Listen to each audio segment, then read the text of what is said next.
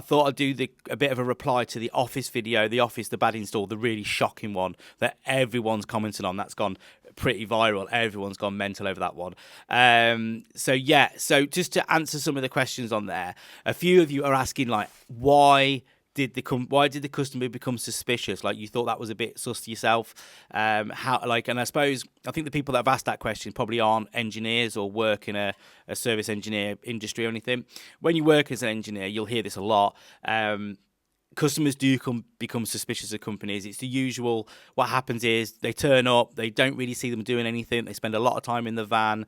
They kind of turn up, go in, come out, sit in the van for half an hour, come back in, get you to sign something and leave. And often people over time kind of start thinking, hang on a minute, I'm paying for something and we're not really getting the service that we require, or we don't seem to be doing a lot and the bills are coming in. This is a satellite office. It wasn't their head office. They've got like 20 offices in and around the Midlands. And so it's one of those where I suppose that's why it goes on for so long, because the people in that satellite office aren't necessarily the people responsible for the maintenance and stuff. But eventually the office manager will kind of be paying attention. And people aren't stupid. You know, you do get a feeling about people when people are coming and going. You do get kind of like a bit of a whiff about people, and you become suspicious. And then after a couple of times of them come in and not doing anything or appearing not to do anything, you kind of like, you know, walk past and you're kind of looking over and you're paying attention and you're seeing what they're doing, and they're sort of on the phone and stuff.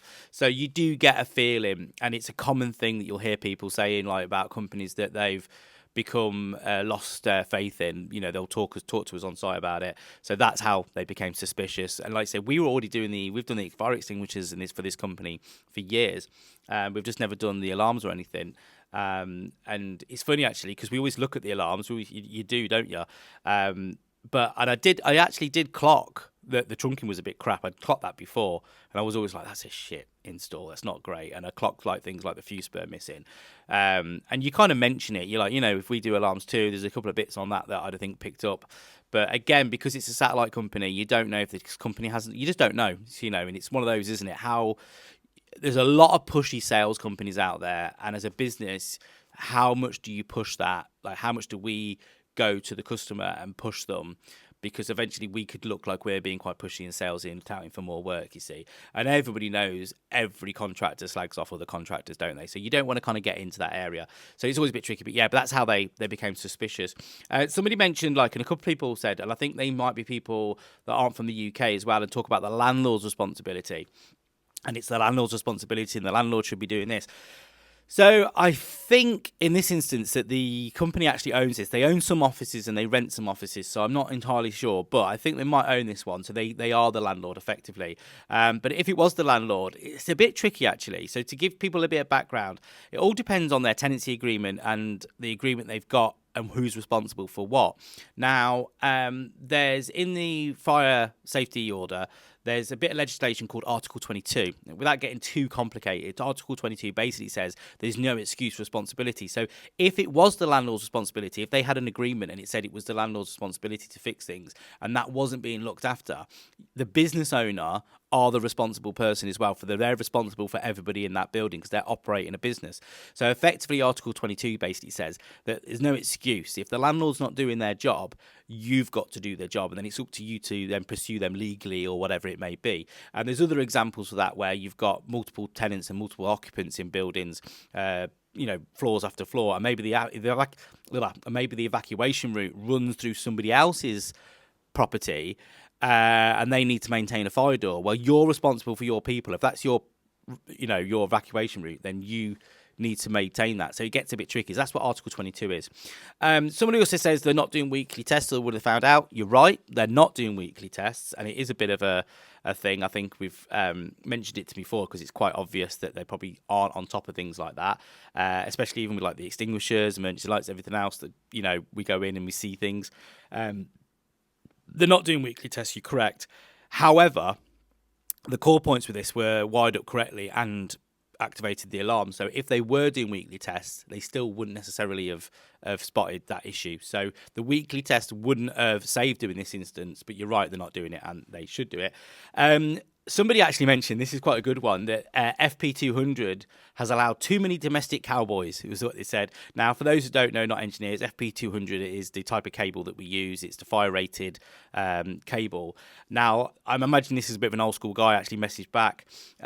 This guy's probably goes back. So back in the day, we used to use what we used to call like old pyro cable, and basically you installed it in a very different way. You had to like prepare the ends, terminate it, put like a paste around it, all this sort of stuff.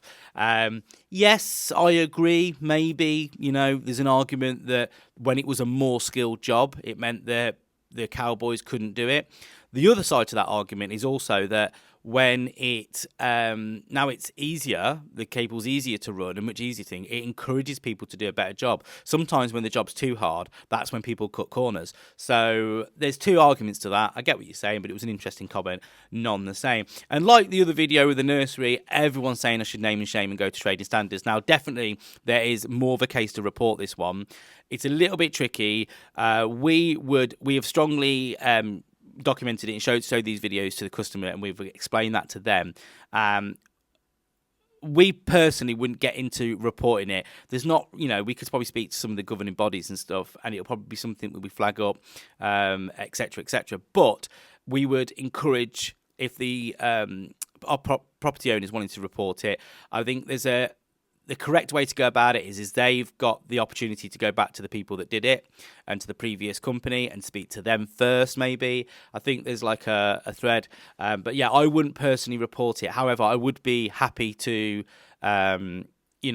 consult with them and also, provide a statement or something like that. And we've done that in the past. Not with necessarily bad installs with that, but we've had dodgy people pretending to be the fire brigade and going into businesses and practices that weren't good, and we've spoken to trading standards as part of like an investigation in the past just to show them what we found. But yeah, getting into naming shaming, like I said before, don't think that's really for me, for various reasons. I just don't think it's professional. Don't think it's something I'd want to do as a company, but certainly not now, not at this stage, and certainly not online. And also, as I've said before, you can get good engineers work for bad companies and bad engineers work for good companies. So, we've had that in the past where we've used people that weren't at the standard we thought, and we've let them go and stuff like that. And I would hate for one of those jobs to, bite us in the arse, and then that would be how we're judged. So that's just sometimes the cost of running a business and stuff. So yeah, so that's the comments for that one. I hope you enjoyed all that. Like I say, these videos are all online, all on there. Sorry, like I say, all these videos are like the long form versions are on YouTube. So we do a big vlog, 15, 20, 30 minutes long. So go subscribe to YouTube. The link's on the TikTok account and everywhere else. So go subscribe to the YouTube and you'll see the full video where you get all this background and you see actually what goes on.